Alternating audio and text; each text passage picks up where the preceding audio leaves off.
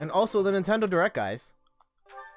I was just saying before the stream started, I was on the train as it started, and then I walked to the car while watching the whole thing, trying to not walk into anybody. Then I listened to it in the car, and then what did I do? And then, yeah, I ended up watching the very end from a parked space.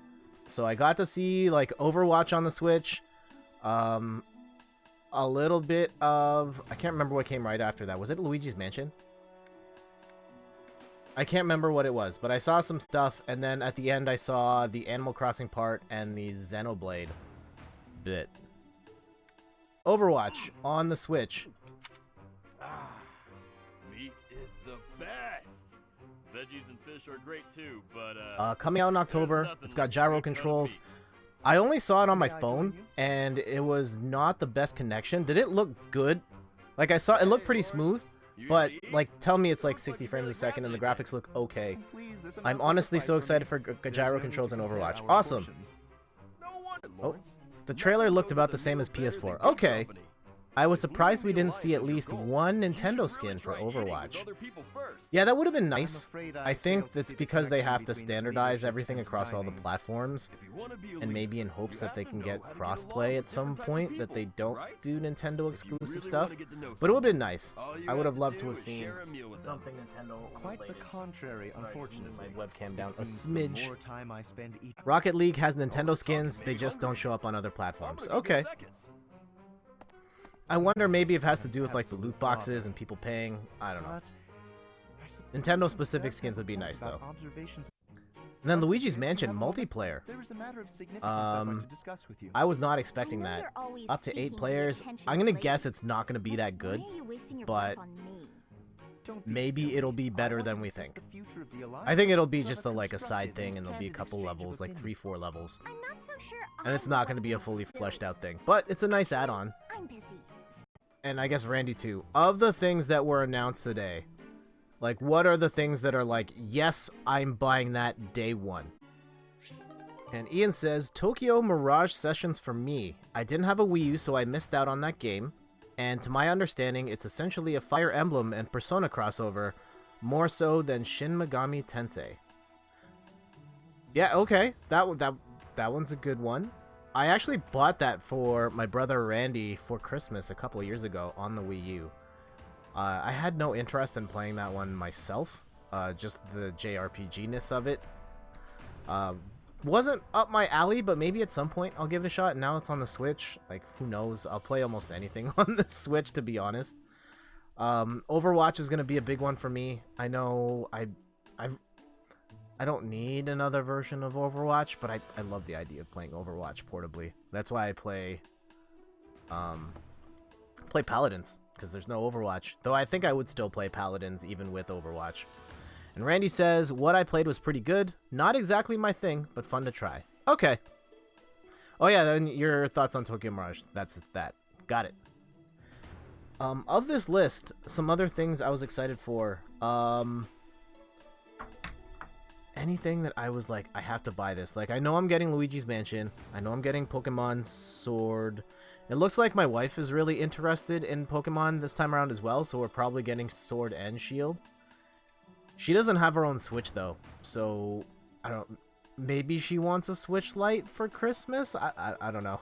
And she's already joked it's going to be totally the Homer Simpson situation of getting Marge a bowling ball that he really got for himself. Little Town Hero. That one is coming out a lot sooner than I thought. Like, I thought that would have been a 2020 game, and that is out next month. Like, Game Freak releasing games a month apart from each other. That's crazy to me. Yeah, I wonder... I wouldn't have expected it to release before Pokemon. I'm excited for it, but an October release means that it's likely waiting till Christmas for me. I hear you. The calendar is getting really packed with games on the Switch that I'd want to pick up. Randy says he's excited for SNES titles. Yeah, that...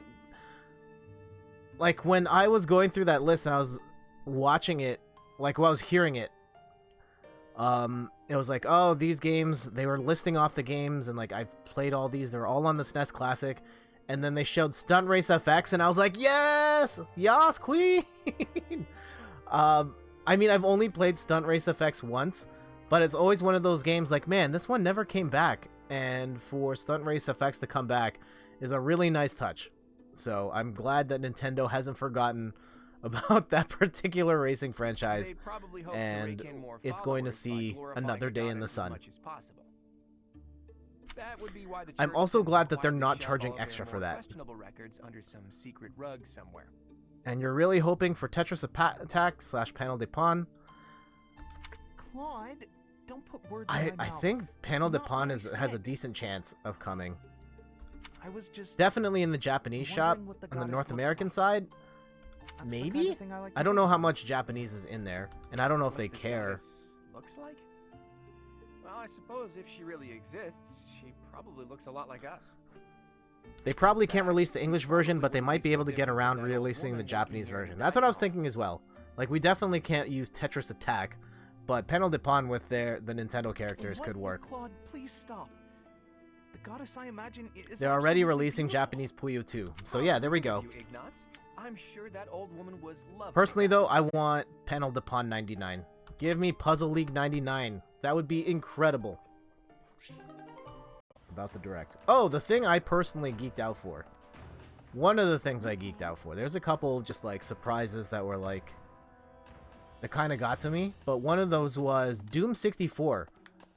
Like I played a little bit of Doom growing up, but the one that I haven't played since that I always think about is Doom 64. That game was a lot of fun, and it's never come back since, so I hope you're up for a challenge.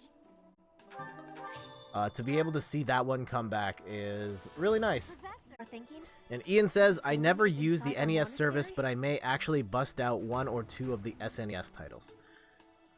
Yeah, the NES stuff that they put out is... I mean, some of those games are some of the best games ever, but a lot of those haven't aged particularly well, and they've been released and rehashed so many times that, like, I just can't be bothered. And then the online play, like, yeah, being able to play some of those games online sounds great, but then the online's still bad because it's Nintendo. So I just haven't really gotten much use out of it. But the Super Nintendo games hold up a lot better than the NES ones. Back to the Nintendo Direct, one more time. Overall, did you guys think that this was a good showing? I thought this was pretty strong.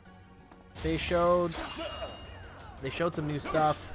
Actually, pretty good amount of new stuff that we didn't know about yet. I mean, lots of ports, but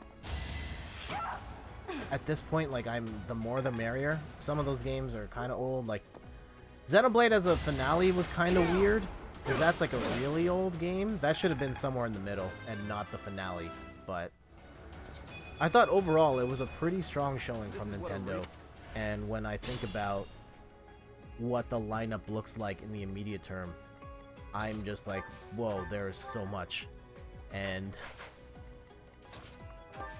I'm pretty much not buying anything for the other platforms for the rest of the year. Randy says, being spoiled about Overwatch and Terry took a lot of the excitement from the presentation. Yeah, those would have been huge had we not known about those announcements. And unfortunately, those got leaked in advance, so still great news, but the excitement of those definitely got watered down.